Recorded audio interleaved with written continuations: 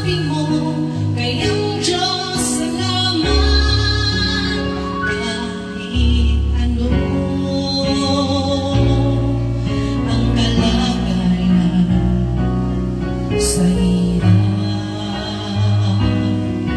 o ginawa man, Diyos ay pasalamatan. Pagkatunay ng alam kung ano ang kailangan at hindi ang nais lang, huwag pagpaghan.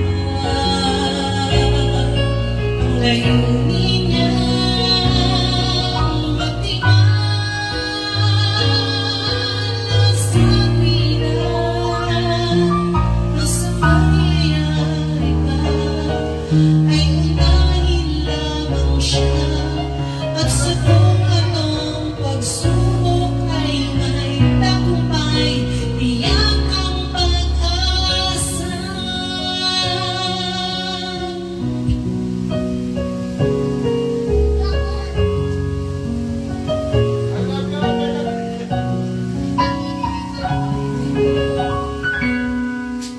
Ang lahat ng kung sa buhay mo ay huwag pangambahan. Ang kanyang mga pangako ay iyong panghawakan. Pagkat di kanya iiwan, di pagpabayaan man, tunay at tapat kanyang kalooban. Kahit ano ang kalagayan sa hirap o ginhawa man, Diyos ay pasalamatan.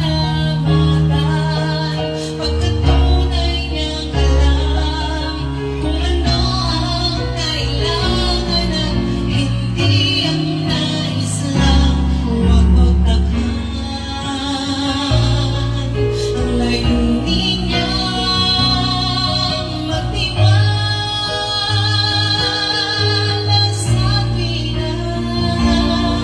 na sa mangyayari pa ay unahin lamang siya, at sa kung anong pagsubok ay may tagumpay, tiyak ang pag-asa.